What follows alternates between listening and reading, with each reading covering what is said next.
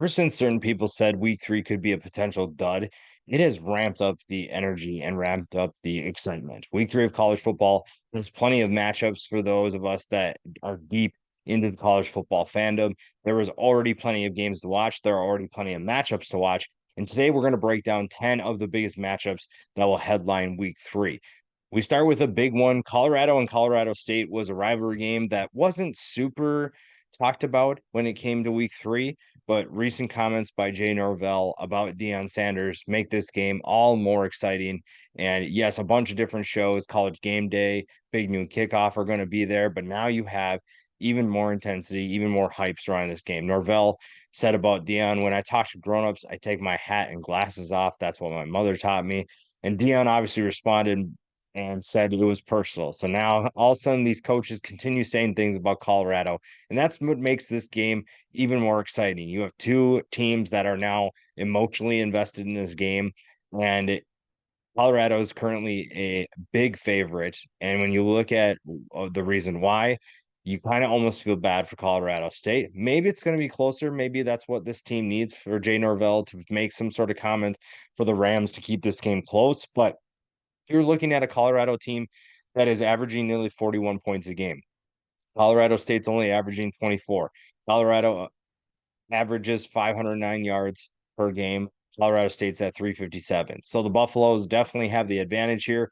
And now they have an emotional aspect of it. They have an emotional interest in this game on top of it already being a rivalry. So definitely keep an eye on this one. It's going to be a late one, but you definitely want to stay up and watch what happens there.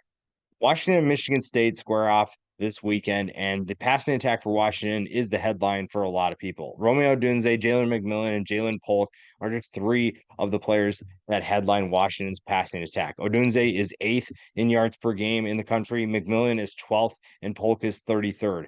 That is obviously a small sample size with just two games, but this is a group that can definitely move the ball with relative ease. Now, Michigan State's secondary is fifth in the country in pass defense. So there is something to be said about that. However, Michigan State played Central Michigan and Richmond. How much weight you should put into that ranking, I don't really know. I'd probably give it a little bit of consideration at least because this is a team that has not faced Washington's passing attack or a team on that level. Washington is a different animal when it comes to stopping the pass. Michael Penix Jr. is one of the best quarterbacks in college football, and the trio of pass catchers that headline it with, we didn't even mention there's a few other players that can step up as well. But with this trio, how they do against Michigan State's secondary could determine how much of a blowout this game is or how much closer we are to an upset bid. Another matchup that honestly is going under the radar is Pitt's defensive line versus West Virginia's offensive line.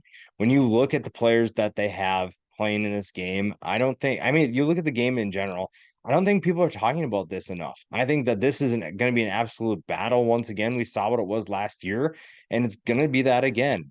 It has a number of weapons up front, and then they also have some really good linebackers behind them. I think when you're looking at Deion Hayes is already off to a good start up front. The linebackers behind them are really good. Shane Simon is the leader of that group. Bengali Kamar, Solomon DeShields.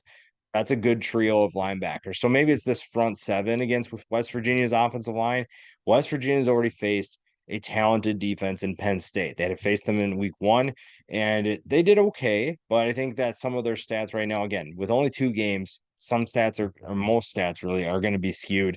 And the fact that West Virginia sits at 73rd in sacks allowed and 50th in tackles for loss allowed is a little bit skewed. You kind of put an asterisk next to that. This is a really good offensive line, and they're going to go back and forth with Pitt in this matchup. Ramel Keaton and Jason Marshall Jr. are two underrated players in the SEC. Keaton is someone who is in the running to replace Jalen Hyatt, Cedric Tillman. He is a big time playmaker who can make explosive plays for Tennessee. And how they do against Florida kind of is determined by the passing attack. Jason Marshall Jr. has first round potential. I think that he is an underrated player, someone who is trying to get back on track in terms of raising his draft stock. And this is the perfect matchup to do that. Ramel Keaton is a big time playmaker. He was an explosive weapon in limited action for Tennessee last year, and he's now trying to be wide receiver one for this team. A 2-for-1 here in the North Carolina and Minnesota game. First, Jack Henderson versus Kobe Paysor. Jack Henderson is nickelback for Minnesota. Kobe Paysor is the slot receiver for North Carolina. Now, obviously, the offense for North Carolina will move around their receivers, so it's not going to always be Henderson versus Paysor. It'll be Justin Wally versus Paysor. Maybe Tyler Nubin is in charge of it. There's a lot of guys that could cover him, and then also these defenders from Minnesota have to cover guys like J.J. Jones, Bryson Nesbitt. There's plenty of playmakers for North Carolina to provide for Minnesota to try and cover, but that's a matchup that could be interesting on the defensive side of the ball for Minnesota. Henderson is a Southeast Louisiana transfer and is on a unit that is third in the country in pass defense, and they're going against the 66th best passing attack. Now, that's a little bit low for North Carolina, but it's Drake May in this group. They're still trying to figure some things out. It's still a very talented group. Do not sleep on them. The other matchup in this game, Quinn Carroll versus Kamon Rucker. Really, you could just do Minnesota's offensive line versus UNC's defensive line. But I think that Kamon Rucker stands out because of his big game in week one. On the season, 5.5 tackles for loss, 2 sacks. All of that came in the first game. Obviously, he brings a different aspect, a different element, a different level of difficulty for Quinn Carroll and that Minnesota offensive line. Minnesota's currently sixth at 73rd in sacks allowed and 30th in tackles for loss allowed. North Carolina has the sixth best unit when it comes to sacks and ninth best when it comes to tackles for loss. They already have 9 sacks as a whole and 20 tackles for loss. It's a group that can get after the quarterback. And when you have a young quarterback like Ethan Kaliakmanis, you need to give him as much time as possible. Rated matchup of the week is Toledo and San Jose State, and how San Jose State slows down DeQuan Finn could do a lot to determine the outcome. DeQuan Finn is a dual threat quarterback for Toledo that will give San Jose State's defense plenty of trouble, and it's on the linebackers in a way to slow him down. Brian Parham and Jordan Pollard are having solid seasons so far. Both of them have double-digit tackles, and this is a group for San Jose State that is third in tackles for loss. They know how to get after this opposing offense. They know how to disrupt things, live in the backfield, and they're going against a Toledo offense that's 22nd in the country in total offense. This is an explosive unit going against a tough defense. I think people are overlooking San Jose State because they played USC and Oregon State. Obviously, those 2 games did not go their way. It was not a strong defensive performance, but we saw quite a few of disruptive plays and tough players stepping up in certain situations. So this is a very underrated matchup for teams and also a very underrated matchup for players as well. We talked about this earlier in our bets for the week. And if you haven't checked out that video, make sure you do so. TCU's offense versus Houston's defense. This is a TCU offense averaging 41.5 points per game, 491 yards per game. They are in the top 40 when it comes to nearly all statistical categories offensively. Houston has one of the worst defenses in college football. They just gave up 43 points to Rice. They're averaging 28.5 points allowed per game, which is 99th in the country, 443.5 yards against per game, 115th in the country. They struggle stopping the pass, 305 yards allowed per game. That's 119th. This is just a mismatch in every way, shape, and form. TCU's offense is too explosive. Sonny Dykes, the last time that we saw him was at SMU, and it felt like he had no problem moving the ball against this team. And now he's going to be able to do that again. So that's why if you checked out the bets, you know why I picked the way I did. So again, if you haven't checked that out, make sure you do. TCU is going to have a big day, in my opinion. Maybe a matchup that people won't pay attention to as much because they expect Georgia to win by so much is Tonka Hemingway, the South Carolina defensive tackle, versus Georgia center Cedric Van Pran. Now, Van Pran came back for another year, which was surprising, and he's looking to elevate his draft stock maybe into the first round.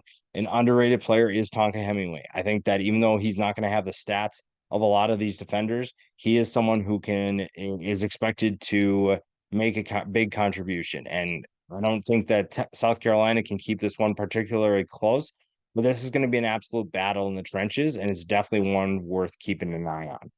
James Madison's front seven is one of the best in college football, currently 18th in sacks, 13th in tackles for loss. This is a very good unit. James Carpenter is having a big year. Torres Jones at linebacker Jalen Green. There's a lot of exciting talent on James Madison's defense. I think they have one of the best units, and not just the front seven, just a defense in general in college football, something that Troy is very familiar with.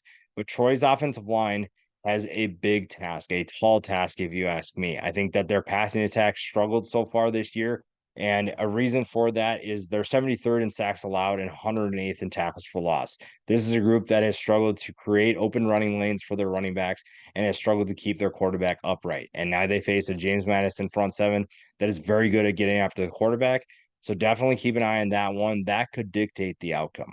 The final one is going to be Wyoming's defensive line against Texas offensive line. Wyoming's defensive line plays a big role in determining how explosive Texas offense can be. This is a group that is, in terms of defending the pass, 114th, which is not good. But in terms of sacks, they are 18th in the country. They are good at getting after the quarterback. They have good depth at the defensive line position, and they're going against one of the best offenses in college football. Texas is kind of middle of the pack when it comes to protecting Quinn Ewers and opening things up for their running backs and not letting tackles for loss happen.